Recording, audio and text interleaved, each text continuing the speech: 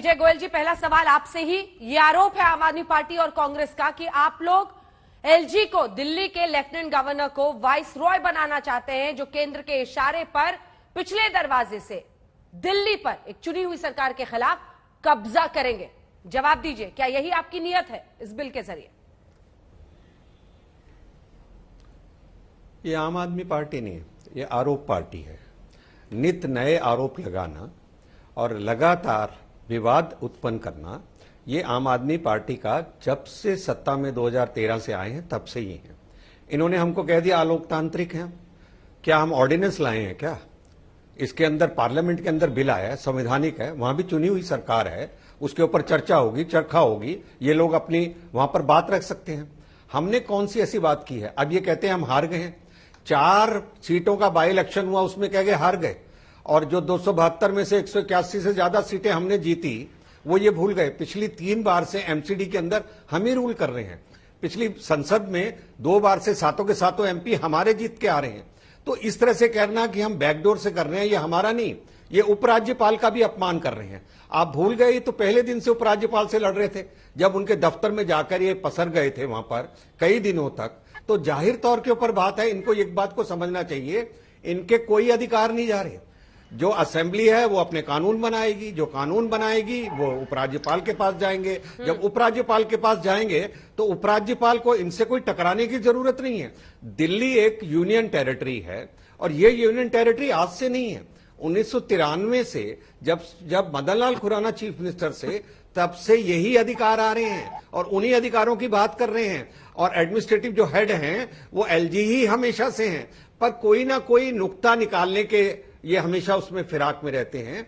इसीलिए एक बार केंद्र सरकार ने सब चीजों को स्पष्ट करने के लिए ही कि क्या अधिकार और क्या कर्तव्य हैं, उसके लिए ही इसको लाया है। इनको बिल्कुल ये नहीं लगना चाहिए कि एलजी अलग है, ये अलग है, बल्कि इनको सेंट्रल गवर्नमेंट से और दिल्ली नगर निगम से, दोनों से आपस में तालमेल करके सरकार को दिल्ली को चलाना चाहिए। आपको तो मालूम है एमसीडी को पिछले काफी टाइम से 1 रुपया फंड नहीं दे रहे हैं। क्योंकि आपने अपनी बात पूरी नहीं की, मुझे टोकना पड़ रहा है। सवाल यह है कि सारा तालमेल स्थापित करने की जवाबदेही और जिम्मेदारी सिर्फ आम आदमी पार्टी की सरकार की नहीं हो सकती। एक और काउंटर सवाल है, मैं लौटूंगी आपके पास, पहले राघव चड्ढा जी से एक शुरुआती कमेंट ले लूं।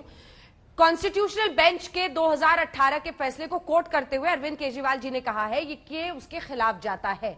कौन सी बातों से पॉइंटेडली, ताकि दर्शक भी सुन रहे हैं, हर कोई सुन रहा है, स्थापित आप ये कर सकते हैं कि ये उस संवैधानिक पीठ के फैसले के खिलाफ बिल में काम कर रहे हैं? मैं साबित कर देता हूं। अंजना जी, लगातार आप देख रही थी कि 2015 से आपने कई कार्यक्रम हल्ला बोल के किए, जिसमें मैं आया और देखा कि एक टकराव की स्थिति दिल्ली के उपराज्यपाल, उस समय के उपराज्यपाल नजीब जंग और दिल्ली के मुख्यमंत्री अरविंद केजरीवाल जी के बीच वो इसलिए हुई क्योंकि जो लोकतांत्रिक ढंग से चुनी सरकार के अधिकार होते हैं, जो 15 साल की शीला दीक्षित जी की सरकार के पास भी थे, वो मोदी सरकार ने खींचने की, छीनने की कोशिशें करी। और हमने उसकी लड़ाई उपराज्यपाल से भी लड़ी, सड़क पे भी लड़ी, संसद में भी लड़ी, और अंततः हमें सुप्रीम कोर्ट का दरवाजा खटखटाना पड़ा। सुप्रीम कोर्ट ने जुलाई 2018 के अपने वर्डिक्ट में, अपने निर्णय में साफ कर दिया कि दिल्ली का बॉस दिल्ली का मुख्यमंत्री है, उपराज्यपाल बॉस नहीं है। उपराज्यपाल जैसे अन्य राज्यों के गवर्नर होते हैं, केवल उसी स्थिति में काम करेंगे। केवल 3 विषय ऐसे हैं, जैसे जो है लैंड यानी कि जमीन, कानून व्यवस्था और पुलिस। इन 3 विषयों के लिए दिल्ली यूटी है। बाकी जितने विषय हैं, शिक्षा, स्वास्थ्य, बिजली, पानी, अन्य प्रकार के, उन सारे विषयों के लिए दिल्ली एक पूर्ण राज्य है और मुख्यमंत्री बॉस है। आपके चैनल ने हेडलाइन चलाई थी, दिल्ली का बॉस मुख्यमंत्री, सुप्रीम कोर्ट ने कहा। आज जुलाई 2018 के उस फैसले को दरकिनार करते हुए जो अधिकार जिनकी पुनर्स्थापना सुप्रीम कोर्ट ने हमें करी थी, हमें दिए थे, वो हमसे फिर छीनकर बीजेपी की सरकार उपराज्यपाल के पास सौंपने की कोशिश कर रही है। ये क्यों कर रही है, ये आपको समझना पड़ेगा। देखिए, पहली चीज तो यह है कि ये साम दाम दंड भेद से, छल बल से कोशिश करते हैं कि ये पहले चुनाव जीतें। जब ये चुनाव जीत नहीं पाते हैं तो कोशिश करते हैं कि विधायक खरीदें।